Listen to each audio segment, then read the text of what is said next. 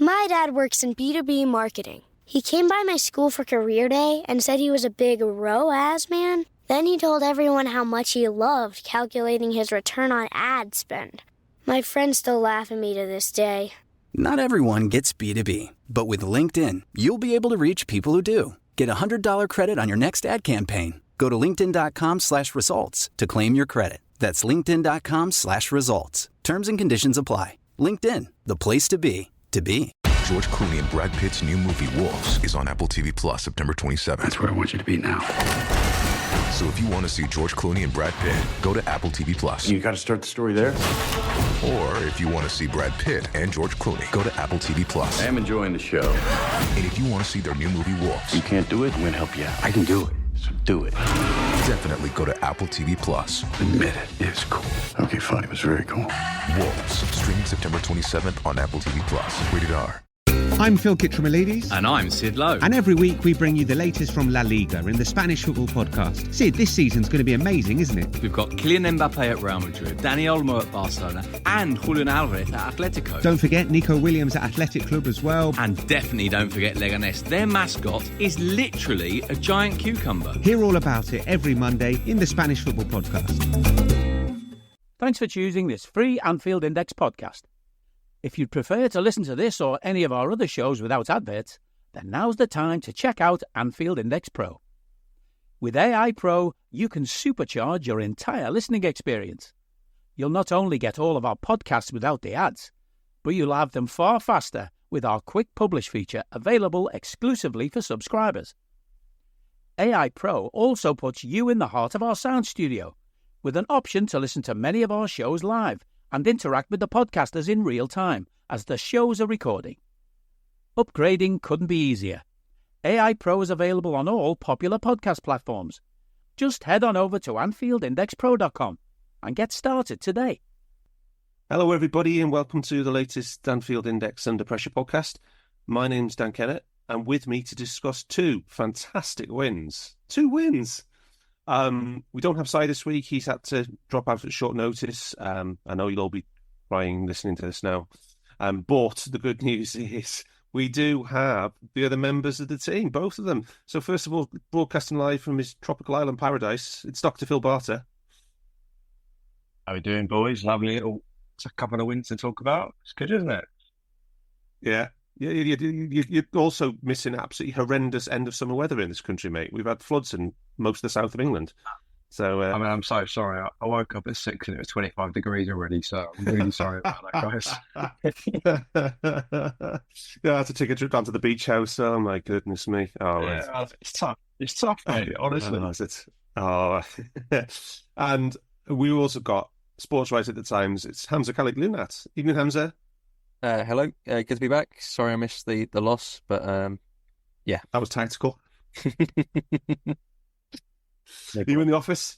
I am, yeah. Just finished up my tactics column. I was looking at how to break down a low block using the Arsenal City match, but there's a lot of stuff there that I'm sure rings true over the past few seasons. It's just a problem that top teams encounter, but yeah.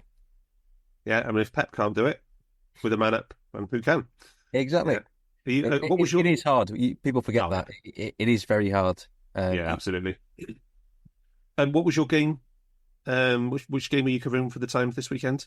I was at West Ham Chelsea. Lovely. West Ham were diabolical. I forgot that we were playing them tomorrow. And if they play like they did against Chelsea, it could be really big scoreline. They played man-to-man and left. They didn't have any spare cover when they did that, so they went full man-to-man at the front and then man-to-man at the back and just left Guido Rodriguez as their spare man. And he wasn't really a spare man because when the Chelsea midfielders, Palmer and Fernandes, dropped, it suddenly was a 2v1 in midfield and he was getting overrun.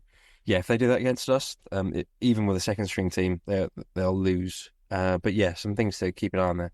Excellent. So the manager under pressure coming to Anfield tomorrow then? I don't think he'll do that again, though. I think he'll sort of revert to type. Lopetegui, I think everyone's quite familiar with Lopetegui because he was at Wolves, he was at Sevilla. He was also at Real Madrid, right? And it feels a bit weird him at West Ham at the moment because I think they wanted to introduce a new, more attacking style of play, sort of Brighton, Villa mould. But to do that, you need to recruit to that specification and recruit your manager and your players to that. And it feels like Lopetegui may have said, I think I can play a different style of play. To be honest, if a manager says that and they believe they can do that with better players, I support them having to go with it. But I think you do need those players. And at least in that match that I just watched, it didn't look natural at all to play that sort of way. Well, I mean, their recruitment, West Ham's recruitment is pretty good now for the last 18 months. Is it Tim Steidten, I think, is there? But the recruiting a manager is a completely different ballgame. Mm-hmm. Yeah. Speaking of managers who've been recently recruited, Arne Slot. So, who's having a much bigger impact on the league than John Lopetegui at West Ham. So anyway, that's enough Chelsea and West Ham nonsense, right? So we are here to talk about AC Milan 1, Liverpool 3, and Liverpool 3, Bournemouth 0. Now, the Milan game was a week ago, so we're going to really keep this brief. But we are going to start, Barts, with the match summary on this, because it was it's the best match summary of the season so far. It's a shout. Yeah, probably. I mean, let's have a little run down the numbers, shall we? So, position, that's me running through, because it's a week ago, what I've got in the minutes just a minute ago. Ended up being about 50-50, which you wouldn't have thought, given the balance of the game. But touches about the same. Field tilt, probably one of the key stats we always talk about, 75 versus 25 at Milan. I think that's a pretty outstanding indicator of performance. 23 to 8 shots, given a lot of those, as you would say, being garbage time, which is absolutely spot on. That's still quite a dominant display from us. Shots actually in the penalty box, if you like, 17 to 6. Shots in the 6-yard box, 2 to 1.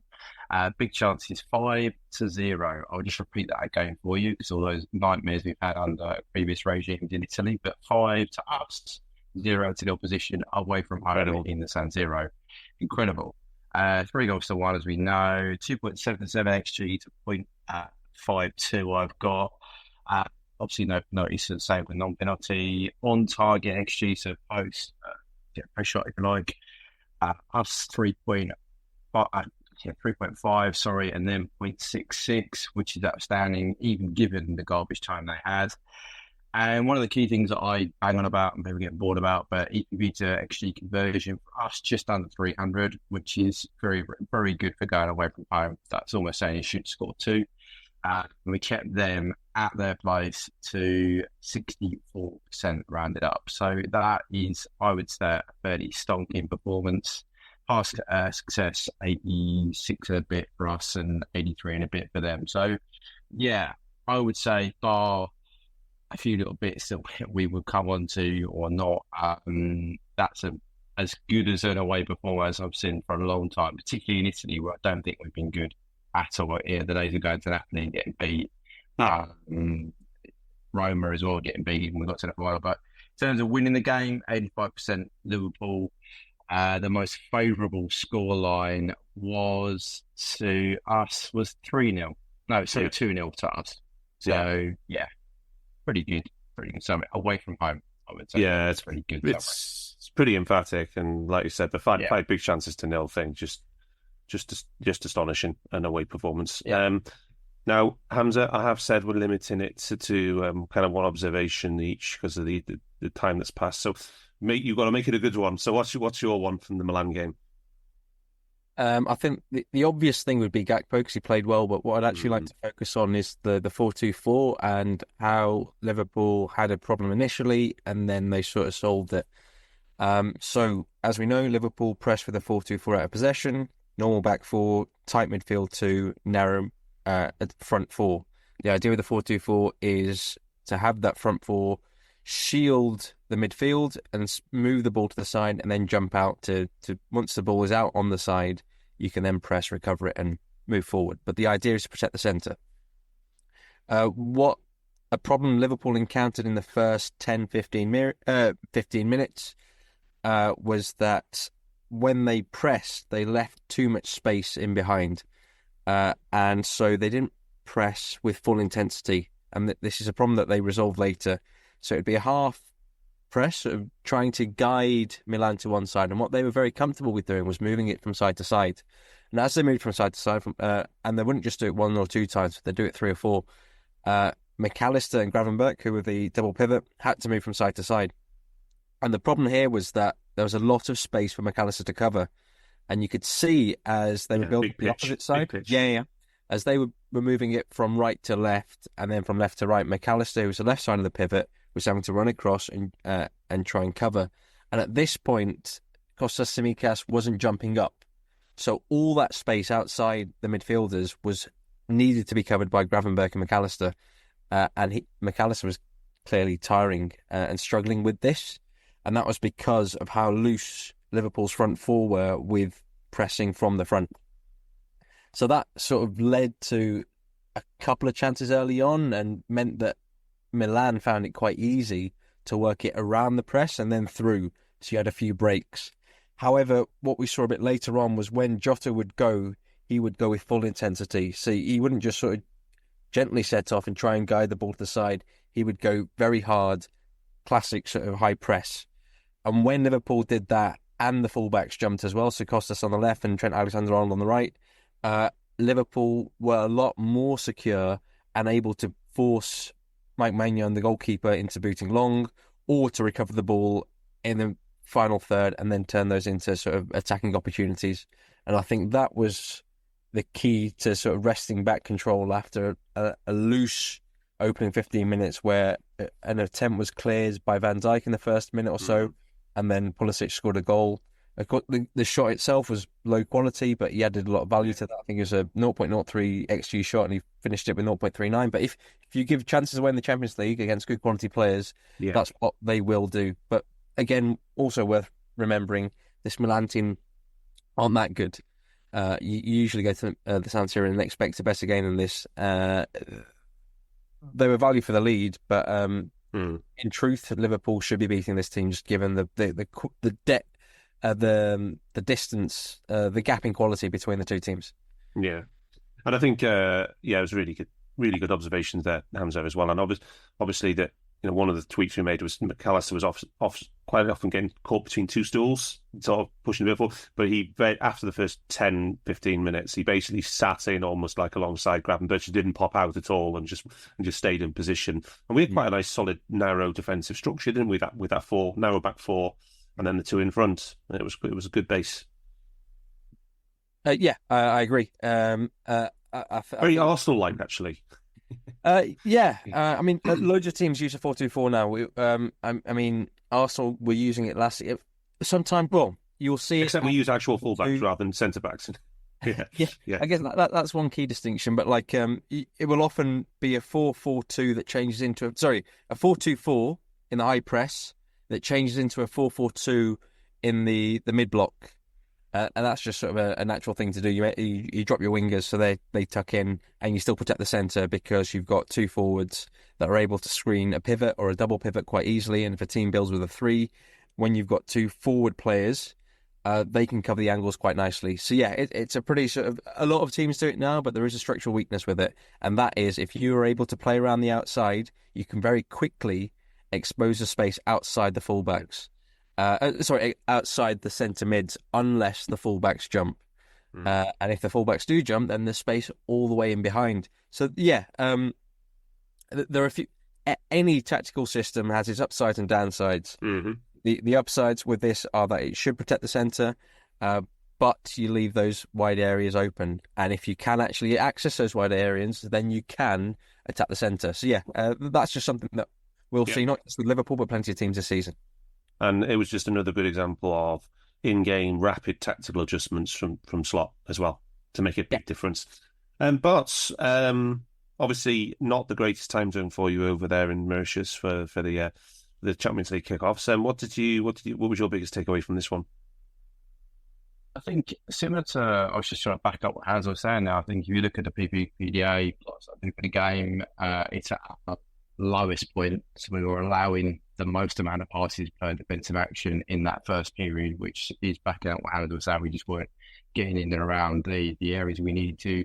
The defensive actions past, as you start to build up, are on, they protect the centre. So as we have this sort of loop around and we start targeting areas, particularly in the second half. So that's shown up on the defensive action heat maps.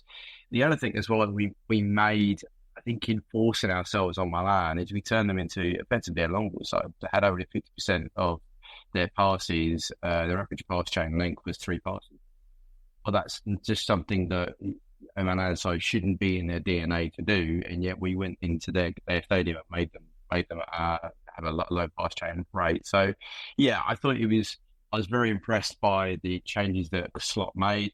I thought the other thing that was interesting to see didn't matter so much. I think a pattern of ours has been to this season, and we'll come on to it, Bournemouth, is our utilisation of left half space in terms of progressive passes. And that, even though we changed a player, we're still the dominant side of the pitch for us to utilise that zone and create those progressive passes, as one of the graphs I'll show you that can do. So that was interesting to see that it was the first time we made a real rotational change in our front three, and yet the pattern of play was still there. We still were accessing the left half space to make the progressive passes, whether that's back or not, and then we will come back the back across with. Mike was having a little game on his own with the goalkeeper at one point, but it was pleasing to me to see that the tactic to start. It's only 5 games in, or 6, whatever games it is, and we're already starting to see that actually there's a bit of plug and play. There's a bit of personalisation with the personnel, obviously, but in terms of what we're trying to do as a side, is starting to become embedded, and that was pleasing for me. And then the only other thing, it's sometimes doesn't matter what changes, but your left back going on a mad run for a mad press, getting it wrong, gets flipped in behind, and Belichick scoring against Liverpool seems to be a bit of a theme. Yeah, that was annoying. And also, Van Dijk was really aggressive, potentially too aggressive, because he just got too aggressive. Yeah, for those. They also flipped Hamzah, they flipped a man-to-man at the back, didn't they? Rather than having a free man, Canati and BBD, I thought, went from man-to-man. Like, rather than taking in turns, they kind of went, no, you have him. And it just meant it deloaded the midfield as well. They didn't have to worry about dealing with the forward. It was like 2 10 will just deal with that.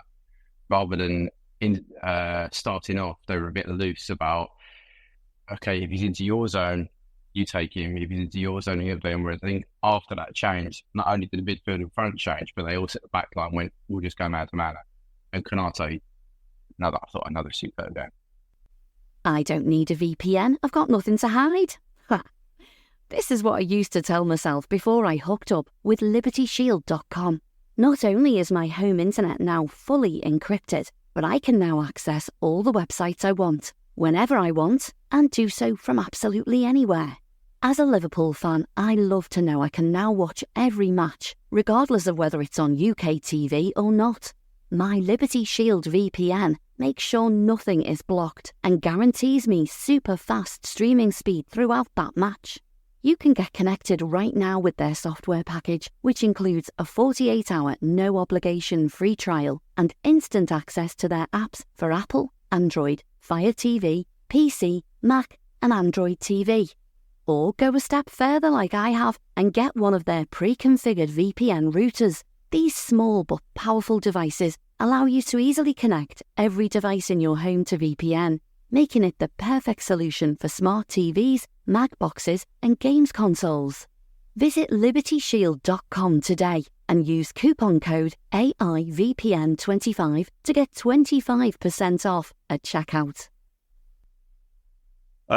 It was a bit concerning that one little cute ball around the corner basically took out our entire left side, the left back, left centre back, and our left centre mid. None of them were anywhere to be seen. So, but I think my one was that after having that wobble, conceding the first 2 shots of the game, we then had the next 17 shots in a row, including 5 big chances, and it was only once we got 3-1 up when after Dom scored that we dropped off a bit and sat in again. We got 2-goal lead. And then Milan started having shots, and Milan had 6 of the last 7 shots when the game was in garbage time, and we were 2 goals up. And I think it's so it's not just a theme of when the game is tied; it's also when the game is close within 1 goal. Because it's fair to say, Barts, that we played exactly the same way at 1 goal down in this game against Milan. It wasn't the same as being 1 goal down against Notts Forest. No, I agree. I think that's a positive point for us as well. I don't think we panicked. I went forward, and I think keeping the opposition at low quality. I think if you look at the XG chart, it's flatline pretty much from the goal. Doesn't go off the game really till the dot. Really not. And even then, there's a point to the XG. Yeah, they just have a few pot shots. Yeah, and a few pot shots. So yeah, I think you're right. I know it's a real cliche. Everyone's talking about it, but I do generally think there's more control being built into this slot side. This is when we go hard. This is what we do. We score here, and then we just see it going up. So and I like that. Yeah, and also one technical point of order, and this is for people who've been talking about this in the Discord chat without realising that this is what you've been doing every week, is that people get into dangerous situations of the pitch and whether that gets converted into shots and chances or not. But now the only difference is that you call it EPV. You call it EPV to XG conversion rate, yeah? Can you just clarify why you call it EPV and not expected threat? So I use so expected threat in Opta's model. I use the original Sing's model. His first name Harrison, I think it is. Harrison, yeah. That's it. Yeah. And he has EPV now. EPV uses a more granular box system rid of the pitch, whereas Opta uses, I think Opta uses something like 12 by 8, whereas the model I use for EPV is 220 16 by 12. Yeah, it's 200 odd boxes, isn't it? Yeah. Yeah. So it's far more granular. So the values that I get will be smaller because you're dealing with there's less percentage of events taking place in that smaller box. Whereas Opta, as we all know, you group more and more together, you get more of a bulk, you'll get a higher value in that. And that's the difference. They're effectively, they still use the chains theory that goes through all of events and they multiply, and there's various calculations that work for people with, but it's still the same theoretical part of it. It's just the grid system that I use is more granular, so you get a more detailed. I think on that one, it's less blown up. Well, I did find out Mark Arstad does something even crazier, which we'll go into another pod. Yeah, maybe that's an international break one. Yeah, that's an international break. But so what you need to be looking for, people, is if you're asking questions about when players get into dangerous situations and does it translate into something tangible like a shot or a chance created, or it doesn't, that is the EPV to shot XG conversion. So that's what you need to be looking for in the stats pack. Anyway, that's enough technical geekery. Right, we are on to talk something much more fun, which is Liverpool 3, Bournemouth 0. And Bart's coming to you first on this one, is that we made 2 changes against Milan, changed the left side, and we changed the left side back for this game, plus obviously Kelleher standing over Ali was injured, and Nunes came in for his first start over Jota. Otherwise, the rest of it unchanged. There was a lot of talk before the Milan game about Slot not rotating, and wanting more continuity selection and blah blah blah blah blah. In size absence, you're going to have to cover this topic, okay, Spot? So, what do you think of the way that Slot has managed the starting 11 rotations and managing the lows on the squad so far? I think, as we spoke, it won't repeat what we've said on previous pods, but it's about freshness, it's about getting players there. And we did say, was it 2 pods ago, last pod, that he's going to have to rotate. You can't pick the same 11 when you're playing twice a week. So you're starting to see the planning come forward. Like Chiesa, what did he play? Came on and played a couple of minutes in his first debut. He played, nearly 15 minutes maybe at the weekend.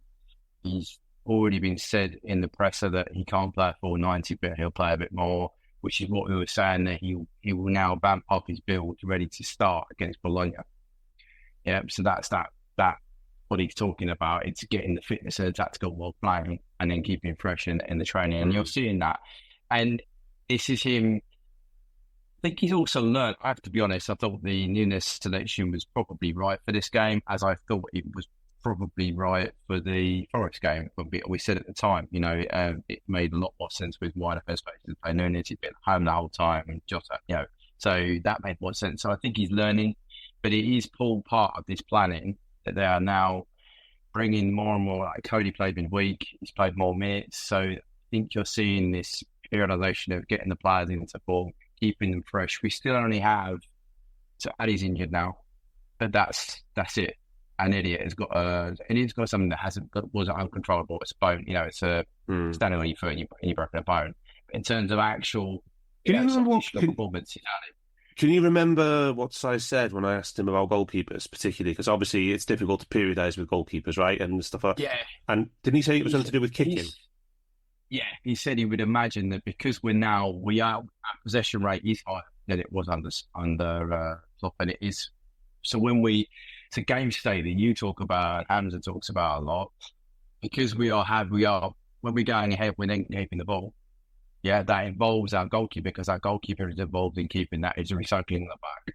So I think Ali, I haven't got the breakdown and I will go and look at that, but I would imagine he's more involved in the kicking, the passing actions than he was under Klopp.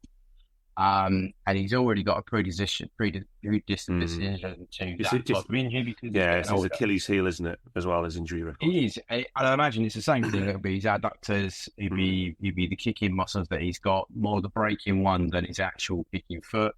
And it'll be a slight strain, but it's a good decision not to play him. I don't expect him to play him tomorrow. That be rest and get him ready. It's not, rather than pushing, risking him. It's all about keeping the players fresh, and that's what we're looking to do. But yeah, I think he's more involved in play than he was doing, and not through the actual stuff of shot stopping. It's more the kicking the ball stuff.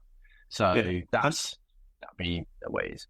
And the other thing that I think we need to emphasise again is that there are changed training methods here, and one of the changes in the training methods is there's less demands on the players over the course of a week, whether they are playing or not playing, because what did Si say the numbers were? That he was gone from about 50 kilometres a week down to more like 30 kilometres a week for all players of running. For all players, yeah.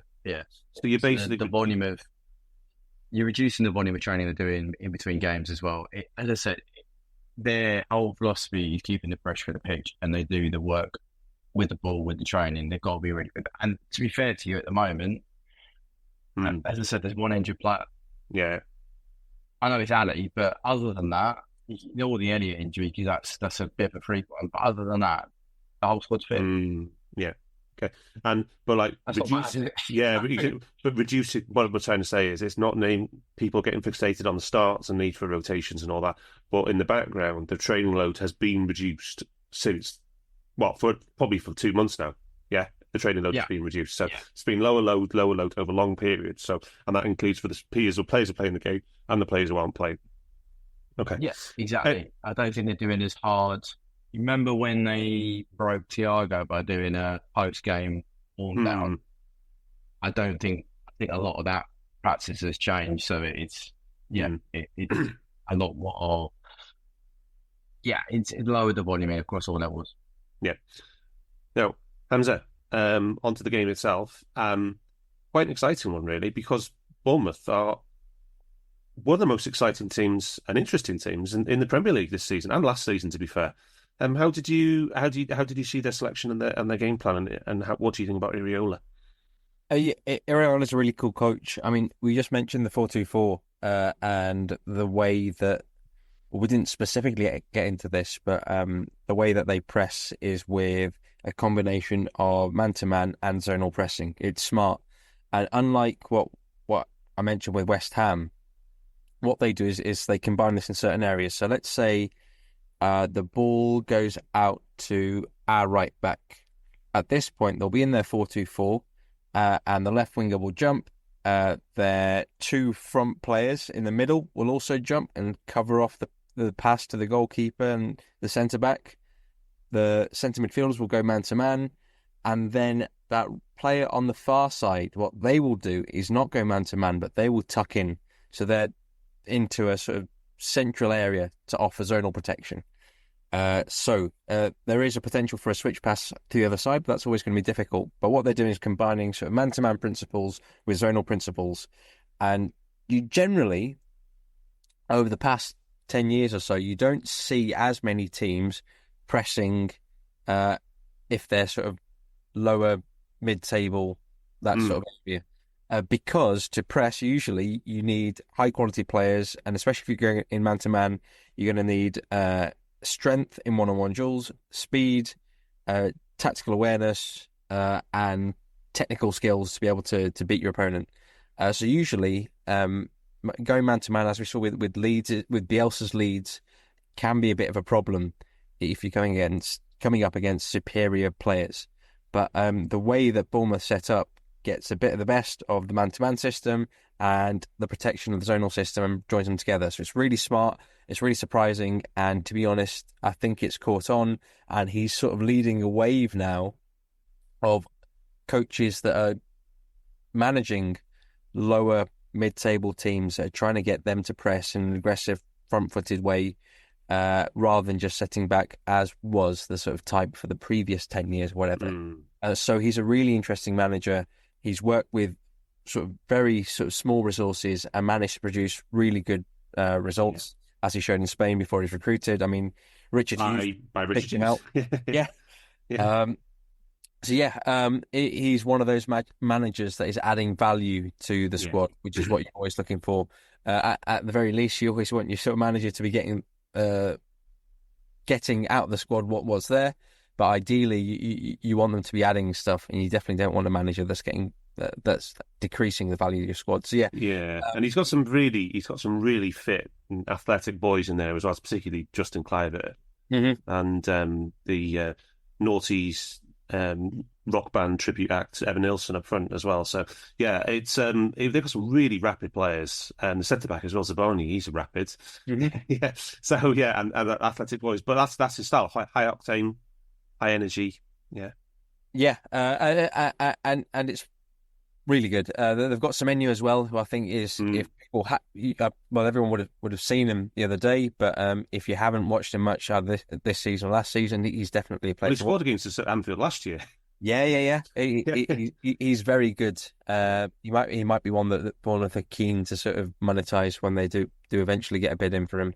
And they're feisty as well. So not only did they get involved in that record Premier League game against Chelsea for a yellow card, but Ireola himself really gets in the officials' ear constantly. He's agitated all the time, and isn't he got a suspension now? That might five. Yes. We've only had 5 games, and he's got a booking in every single one.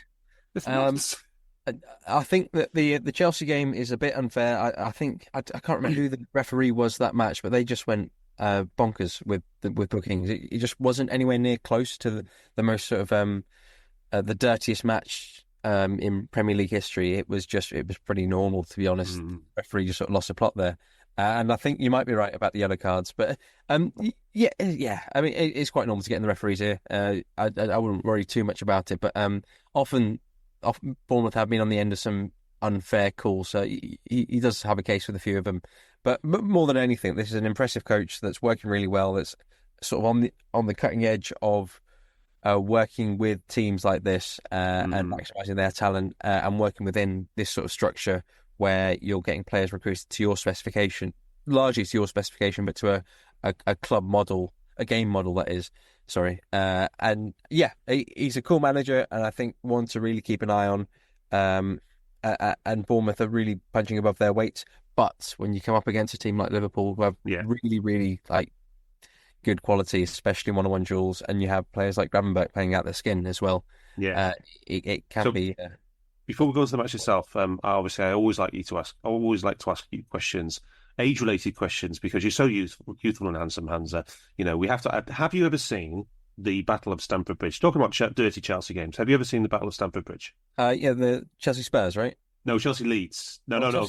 You're thinking Premier League, aren't you? 1970, I think it was the FA Cup semi-final. Barts is nodding. It might have been the semi-final, not the final. But there was a game at Stamford Bridge, and Chelsea beat Leeds 1-0 or 2-1. If you watch that back, watch the extended highlights on that, it's the savagery in the tackling and the violence on the pitch was just astonishing. Yeah.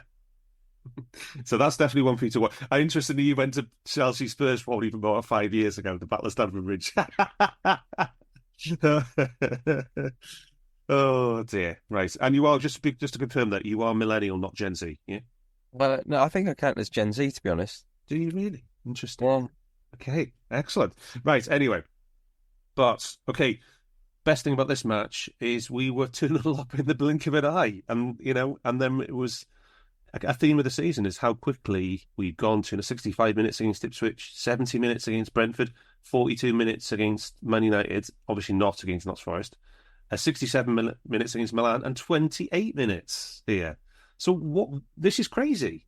This is the amount of time we're spending in a +2 game state this season is crazy. What are we doing that you're seeing? Obviously, we're going to try and do a more deep dive on this in the international break. But what are you seeing that you liking so much about this team in the early stages of games? Hey guys, it's Eddie Gibbs from Anfield Index here. I hope you're enjoying this podcast, and I'm sorry to call time on the show before it ends. In the current climate, it's tougher than ever before to offer podcasts for free.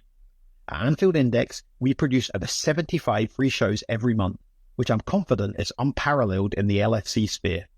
Whilst we'd love to offer everything for free, the production costs now make this impossible. That said, we don't want to follow the model of other channels and lock all of our content behind a paywall. So what we've decided to do is to continue offering every show for free, but cut that offering to 30 minutes on our longer shows. So to get all of our shows in full and enjoy the best of everything we have to offer, we really hope you'll consider supporting the channel and signing up at AnfieldIndexPro.com. For about the price of 1 cup of coffee, you'll get every podcast in full with 0 ads. You'll also get access to our LFC VIP community, where you can enjoy live podcasts, engage with our podcasters, and chat with other Reds in real time. So that website again, AnfieldIndexPro.com. Join today. This podcast is part of the Sports Social Podcast Network.